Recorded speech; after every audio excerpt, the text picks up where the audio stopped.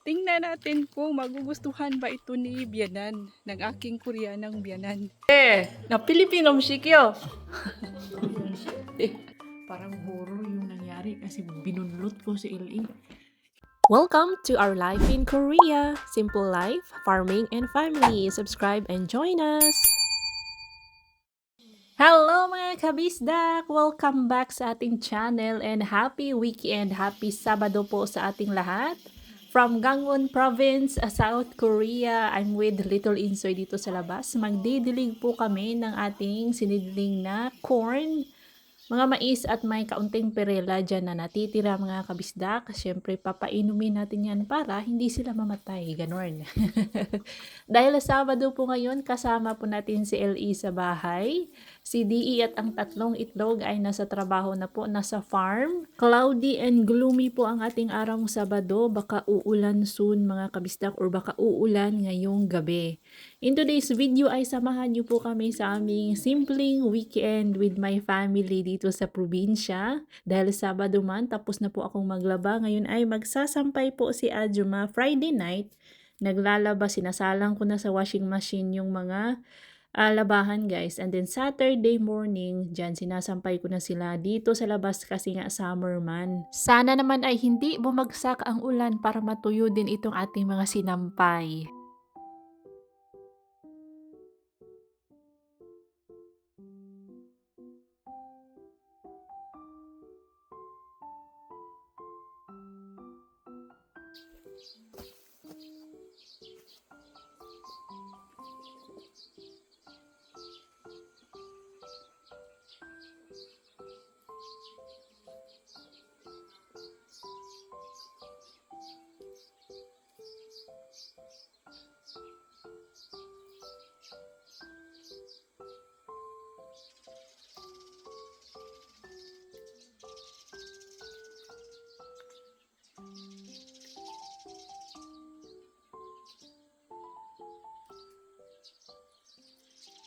Tingnan niyo po ang ating tanglad.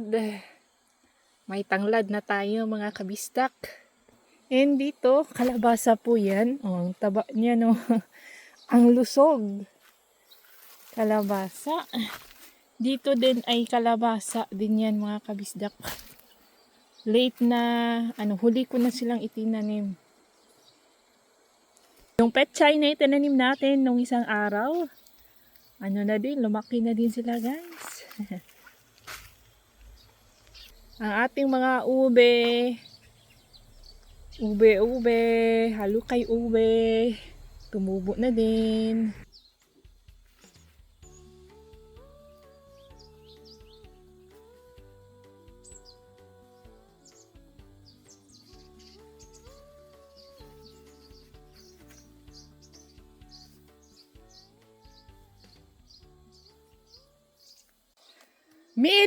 미시!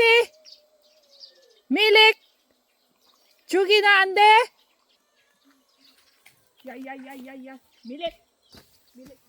여기 안 돼. 여기 놀 안 돼. 여기 놀 안 돼. 너도. 밀릭! 가. 여기 놀 안 돼. Ang mga pasaway kong kabiskats, dito po gustong maglaro sa ating garden. So kanina naabutan ko silang naghahabol-habulan mga kabistak. O eto, tingnan nyo ang ginawa ni Missy. Si Missy po ang salarin nito o. Nabali ang sanga ng ating talong yung tumakbo na orange siya. Yan po si Missy. Nakita ko silang kanina ni Milik, itong nanay niya, na naghabol-habulan. O hindi ko lang na-vlog. O, kitang-kita ng aking dalawang mata yung kanilang ginawa. Ay naku mga pasaway na bata. So kanina nanguha tayo ng alugbate, isasahog ko po sa ating ginisang munggo. Ipapatikim ko po yan kay Bianan. Watch mga kabisdak, abangan nyo po ang reaksyon ni Bianan. First time ko po itong ipapatikim sa kanya. Hindi ko na ipinakita ang process ng pagluto ng ginisang munggo kasi alam naman natin napaka-easy lang po nitong lutuin. May nilagay din po akong pork at itong nasa green na maliit na pot ay ibibigay ko po yan sa ating tatlong alas pang ulam po nila para sa lunch.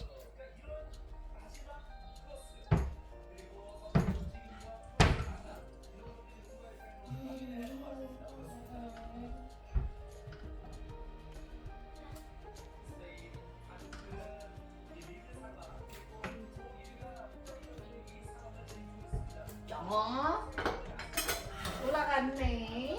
미리 해야죠.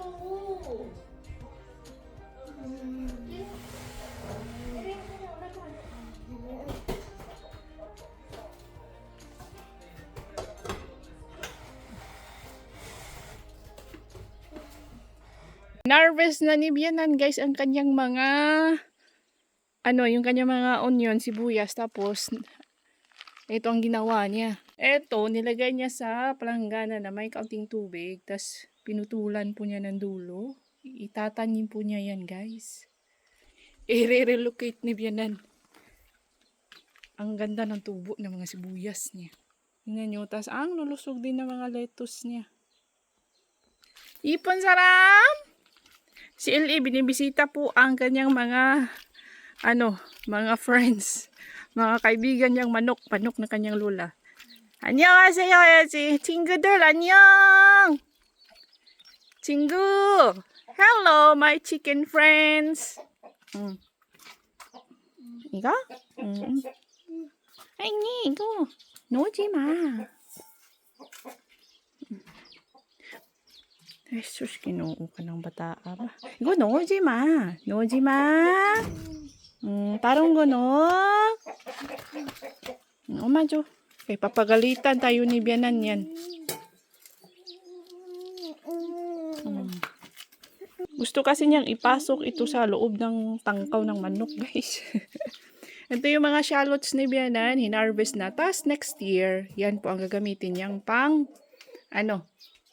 gagamitin mo niyang pang seedling ulit. Ito, dito maalikabok talaga kasi may mga lupa-lupa yan mga kabistak. Ito po, may ginawa silang dito, DIY na kulungan. Sila DI ang gumawa nito. Para sa inahin na nagalay ng eggs, tapos dito na rin siya nangingitlog at pinapalaki yung mga chicken para kasi matanda na yung mga manok doon mga kabisdak, papalitan na yan sila. Kakatayin, ipapalit is itong mga sunoy, itong mga teenager na mga manok. Ito po ay bakahan dati kasi ang aking late father-in-law, papa ni DE, may bakahan, maliit po sila na bakahan. At alam niyo noon, kapag may bakahan ang isang pamilya is nakakaluwag-luwag sa buhay. Ngayon din naman, kapag may bakahan ka, may malaki kang bakahan guys, ay nako, paldo. Kasi mahal po ang beef dito sa Korea guys. Yung kanilang Hanu na breed, native breed, cow breed ng Korea, Hanu, mahal po siya. Hindi talaga siya nagpaawat mga kabisda ko. Ilalagay talaga niya yan doon sa tingnan. Tapos kukunin ko yan mamaya.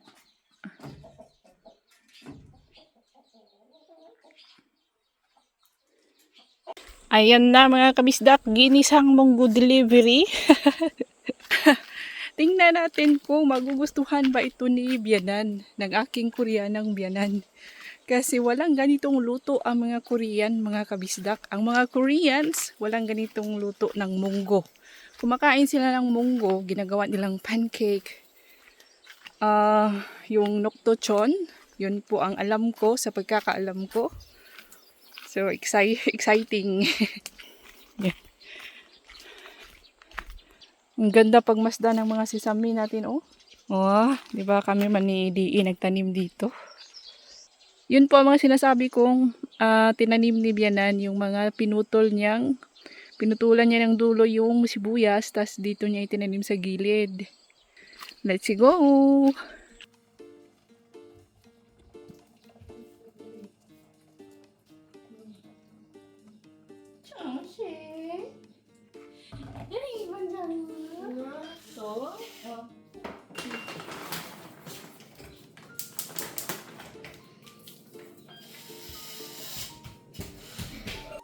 Alam niyo mga kabistak, si Bianan po ang may gawa nito. Yan. Siya yung nag-paint, siya yung nag-mold. Pero yung mga professional na, yung nagluto, niluluto kasi, binibake kasi itong porcelain mga kabistak.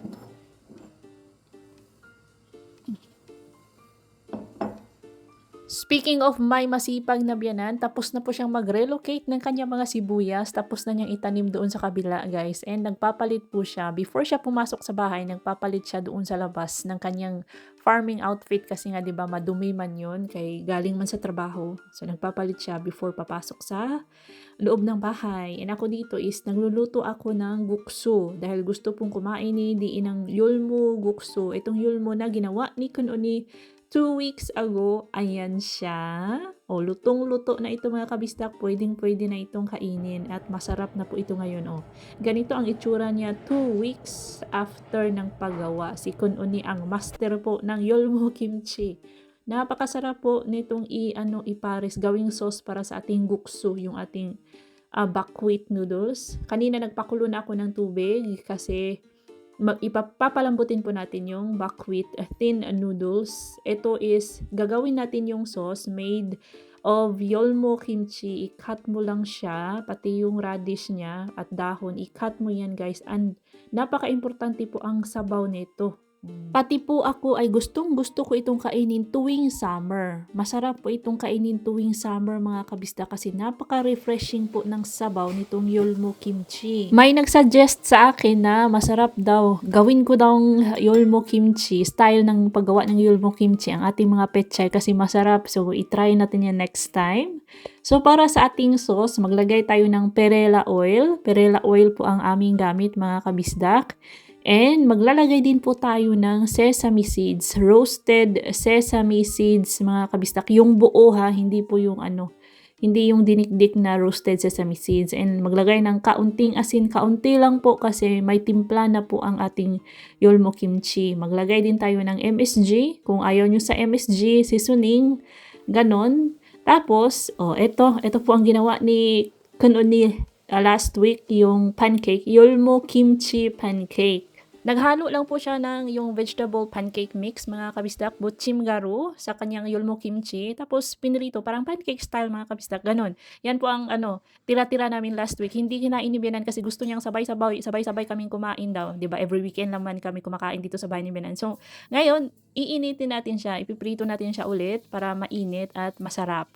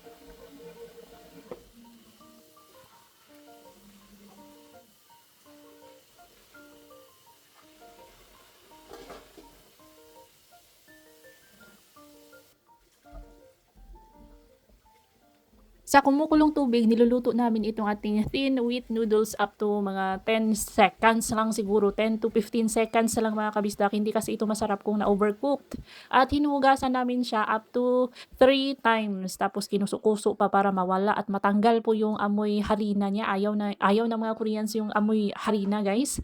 Tapos nanunood na din yan si Bena ng football. At malungkot po ngayon ang buong Korea kasi natanggal po sila sa FIFA. Na-eliminate po sila. So, ayun, ganito siya i-present mga kabisdak ko. Parang iliko-liko lang na ni mo diha ba. Tapos, papatungan natin yan ng yung sauce na ginawa natin kaninang yolmo kimchi sauce. So, 3 lang po yan. Yung pinakamaliit na bowl for Bianan. Itong 2 malalaking bowl. Sa amin yan ni DE. At tingnan nyo guys, ang sarap po nitong ginawang changatsi ni Bianan. Bianan ni Kununi pala. Ito po ay white onions at stalks ng garlic. Magaling din po itong aking kununi gumawa nito guys, changachi. Kailangan mo lang ng changachi sauce, may ready-made na, mabibili mo sa Mart. At ito na ang moment of truth, ipapatikim natin kay Bianan ang ating ginisang munggo. 녹두 녹두죽이 어디서 먹어봐요 엄마. 어디서 났어? 먹어봐요. 누가 썼어? 네가 썼어? 네, 나 필리핀 음식이요. 필리핀 음식? 이게 뭐 내 입에 맞을까? 안 맞죠? 그냥 먹어봐요. 그냥 너 먹어. 내 입에 안 맞는 건 먹어. 아 맞아요. 안 먹어. 아, 아. 어때? 괜찮아?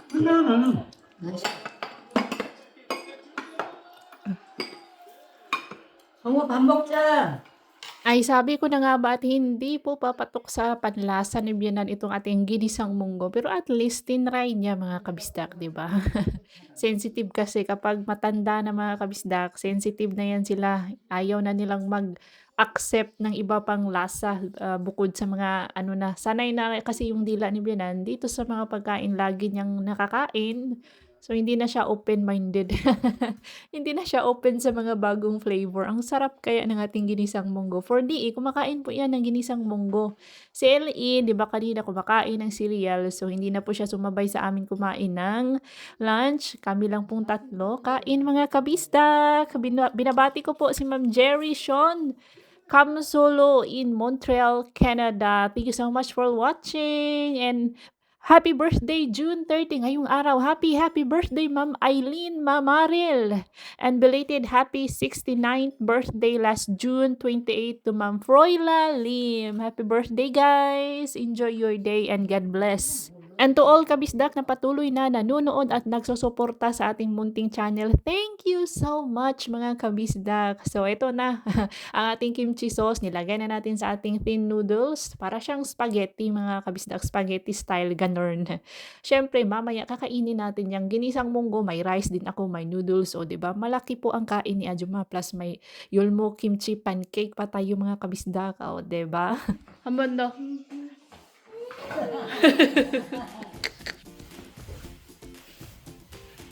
Ay, Julia.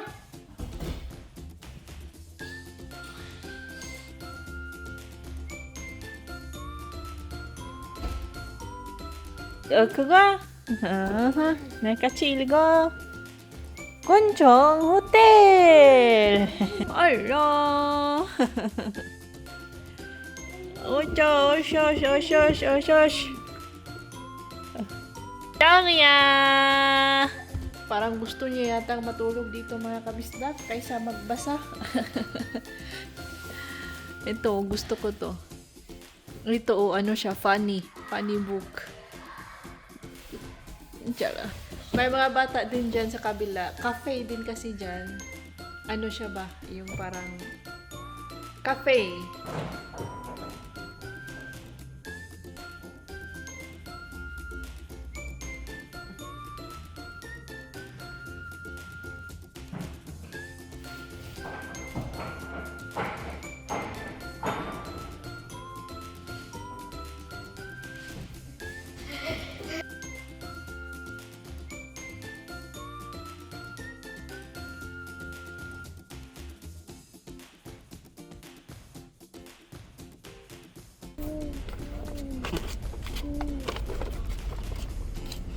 Okay.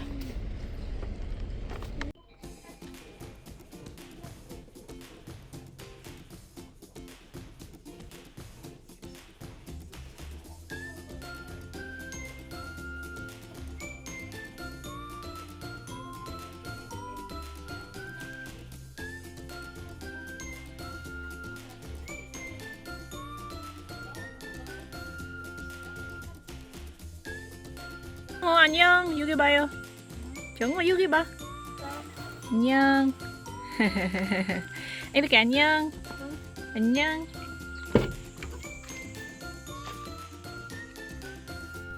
정우 여기 봐요. 여기 있어?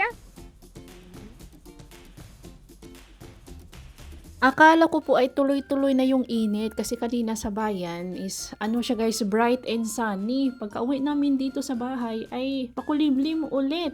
Saglit lang kami sa bayan guys. Tapos pagdating namin may time pa kami ni LE. So gusto kong pumunta doon sa convenience store na nagtitinda po ng milk pudding from Japan. Gustong gusto ko yun mga kabistak. So ipapatry ko siya kay LE kung magustuhan ba niya. And then mamamasyal na din kami doon sa paborito niyang spot sa may tabing ilog.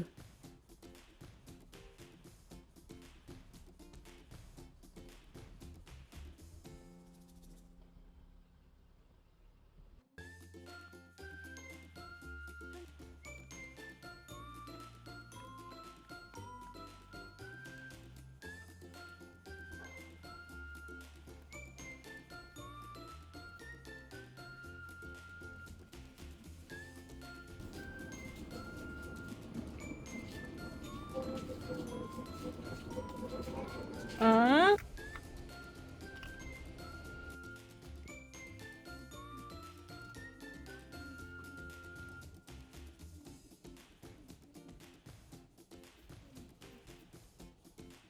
먹어봐. 먹어. 조금만. 한번 뭐 조금만. 싫어? 먹어. 조금만.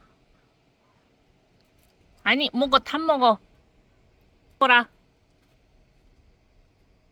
다 먹어. 다 먹어. 다 먹어. 다 먹어. 다 먹어. 이나. 지긴 날롱. 다 먹어. 다. Dạ. 다 먹어라. 지기나. Sige na. Ani na ka na palitan na mo imong kuan. Sige na. Iguman. Ma. Shiro. Shi. Ru. Ru. Ru. Shiro.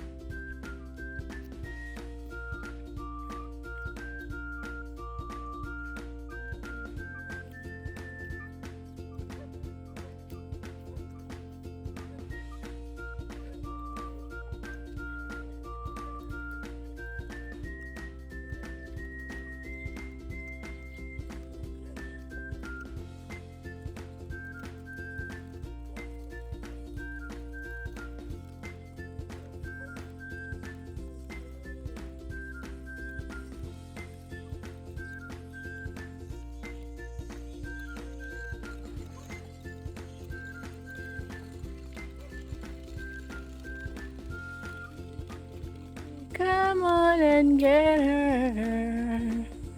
Remember to lay it into your heart. Make it stop to make it better. Hey Jude. 저거 가자. Let's go. So make it better. And make it better. Na na na. Na na na na na na na.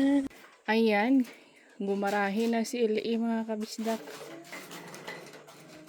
Yan po ang buwan.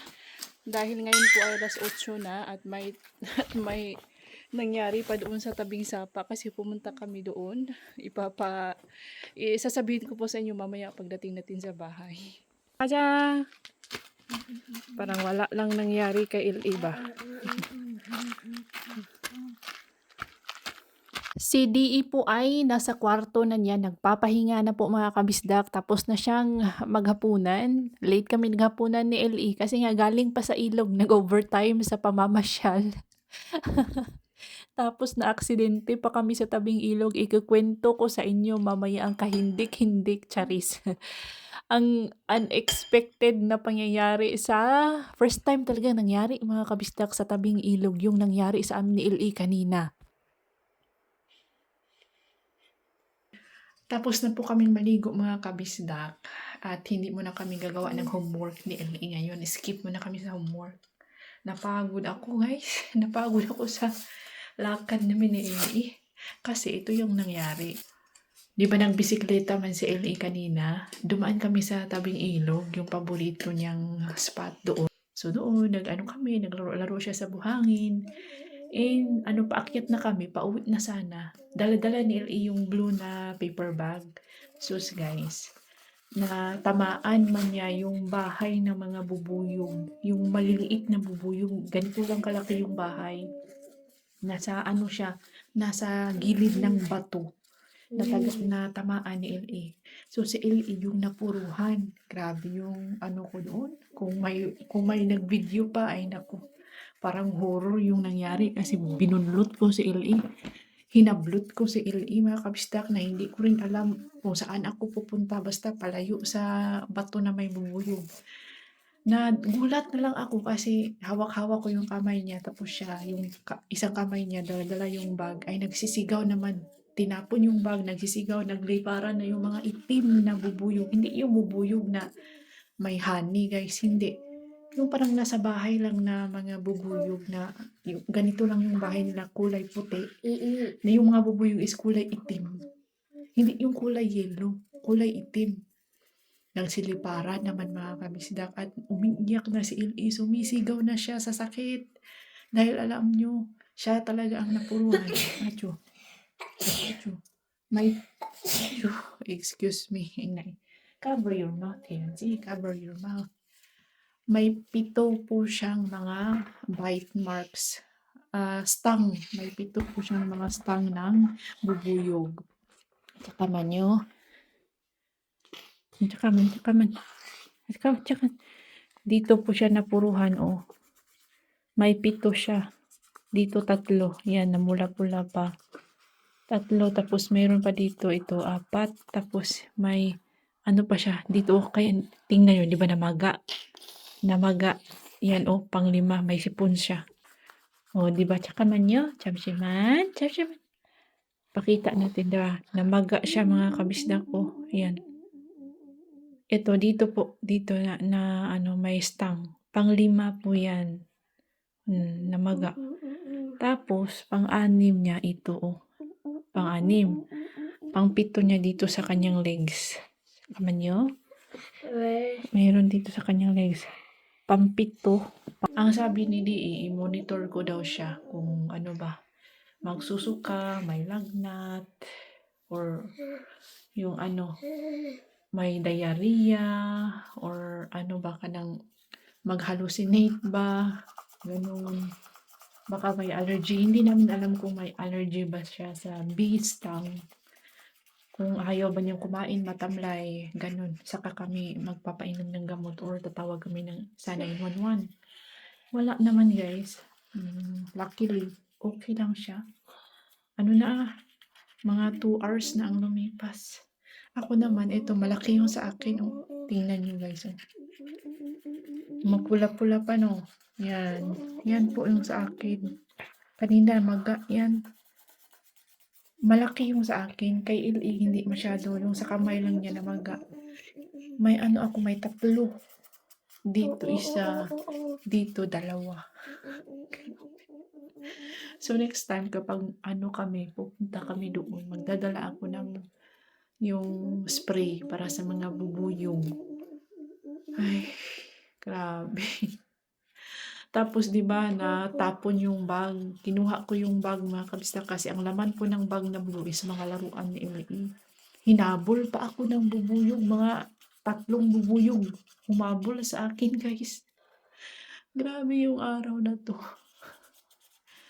But anyways, thankful pa rin kasi walang nangyaring masama kay LE.